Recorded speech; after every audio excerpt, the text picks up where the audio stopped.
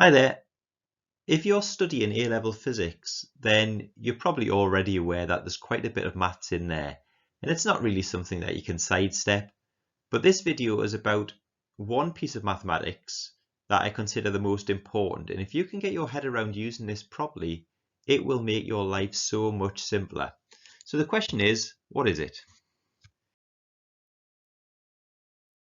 Is it trigonometry or geometry?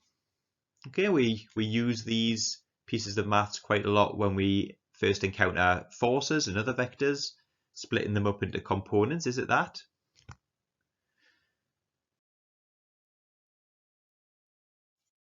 Is it calculus?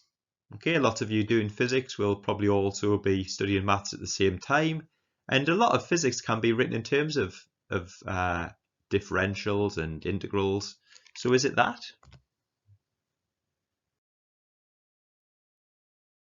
Or is it logs and exponentials? Okay, so another piece of maths that you encounter at A level, and yeah, it is throughout the A level physics course. So which of these is the most important? Well, actually, it's none of these. So while you will use all of those to some degree throughout your courses, it's actually something much simpler, and that is ratios. So ratios just tell us how many times bigger or smaller one quantity is compared to another one. So for example, how many times bigger is 100 than 20? Well, we can do a very simple calculation, 100 divided by 20, and conclude that 100 is 5 times bigger. Now, why is this so important? Because time and time again, throughout your course, through the various topics that you study, whether it be mechanics, electricity, materials, gas laws, nuclear physics, quantum physics, you get questions which are like this. Here's some mathematical model. Okay, so here's an equation, here's a formula, and we've taken some measurement. Now, what happens to the thing that we've measured if we change the quantities that it depends on? So if we make y twice as big, we make z 4 times smaller, what happens to that quantity? And this sort of question appears all over. And there's a very, very simple way to deal with these. It's this. So we start by writing down an appropriate equation, okay, so a formula that we know in terms of the original quantities that were given. Then we'll be told, okay, these quantities are changed by this amount, or maybe we're given new values.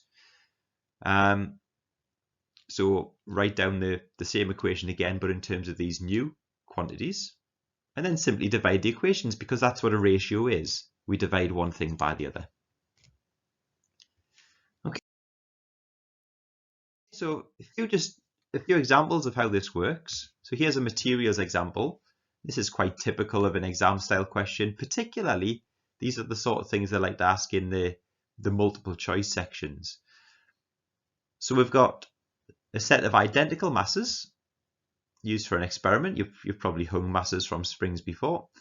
And let's say one mass is hung from a spring which has a stiffness constant, a spring constant if you like, of 30 newtons per meter. And the string extends by a length e. So the question is, what extension will we get if we had two masses hanging off a spring that had a stiffness constant of 50 newtons per meter?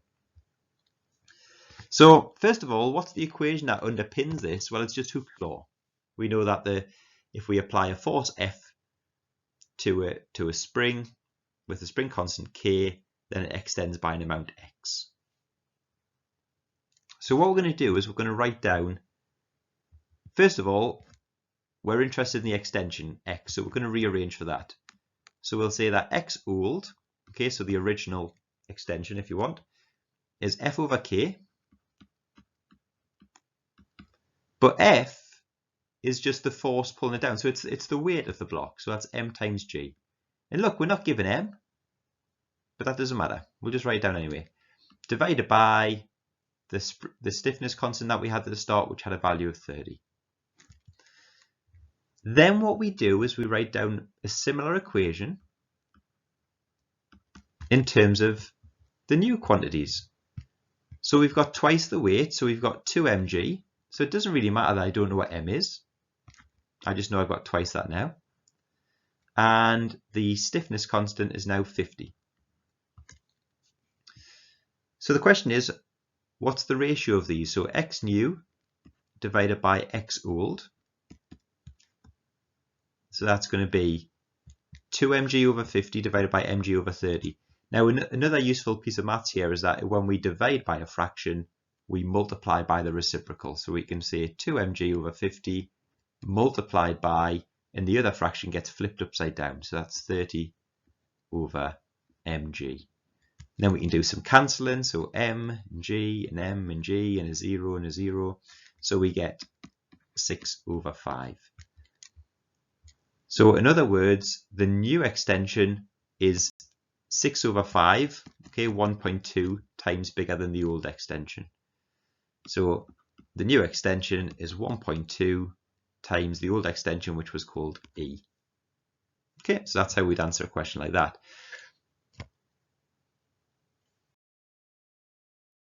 Another example might be when we study electric fields.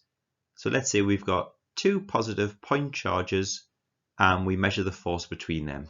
And the question might be then, how will that force change if we double the magnitude of those charges while at the same time decreasing the distance between the centers by a factor of 3? So what equation underpins these? It's this one, F equals Q1 Q2 over 4 pi epsilon naught r squared, Coulomb's law, in other words. And hopefully you know what all those quantities mean, but in terms of doing a ratio question, that actually doesn't matter. So what we'll do is we'll write down an equation for the force, because that's what we're interested in here. So we'll say the force is equal to, so originally, so the old force is Q times Q on the top, so that's Q squared, divided by 4 pi epsilon naught times r squared. Okay, so r is the distance between them. We don't know what that is. The new force now is each of these charges has been increased by a factor of 2. So we've got 2q times 2q on the top, so that's going to give 4q squared, and then divided by 4 pi epsilon naught. And then on the bottom, we r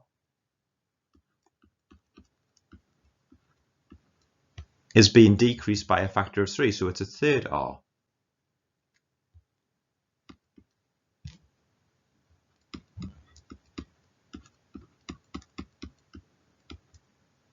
So a third squared is 1 over 9. And if we, well, we'll just leave it like that for now. So what is the new force compared to the old force? So we're going to get 4q squared over 4 pi epsilon naught 1 over 9 r squared. And then multiplied by, so doing the same as last time, multiplying by the reciprocal of the other force.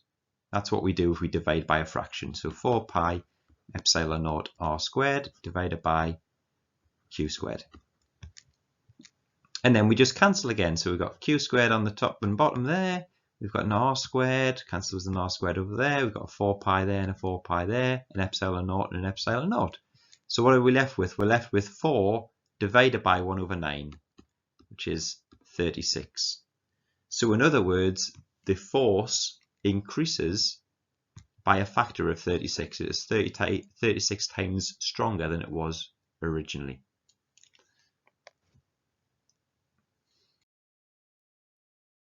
Okay, so as a final example, we've got a gas law question.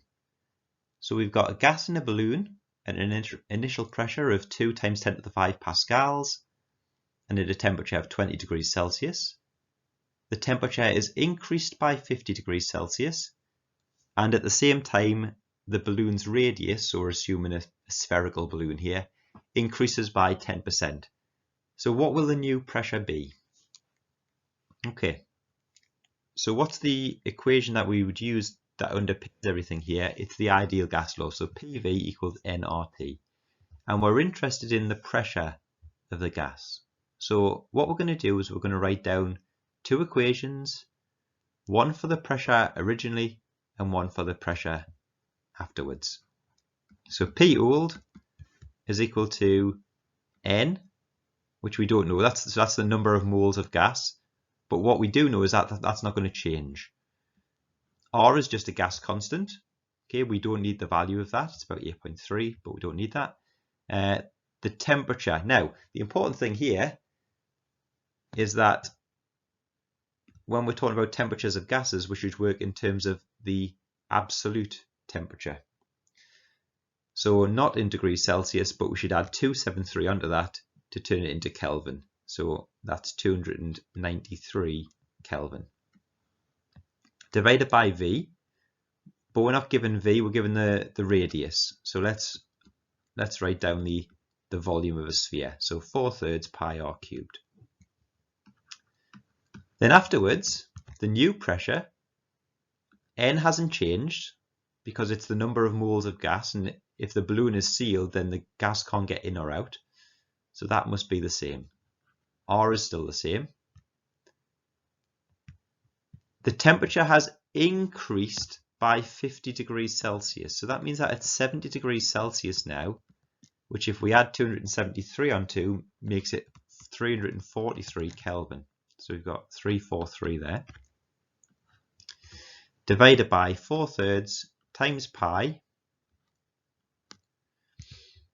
And R, the radius, is increasing by 10%. So what that means, an increase of 10%, is that we're multiplying it by 1.1. So it's 110% of the original value. And that whole thing is cubed. So new pressure divided by old pressure, in the same way that we did all the other questions. We've got 343 nR divided by 4/3 pi times 1.1 cubed times r cubed. So I just multiplied out that bracket. And then multiplied by the reciprocal of the other quantity. So 4/3 pi r cubed there, divided by 293 nR.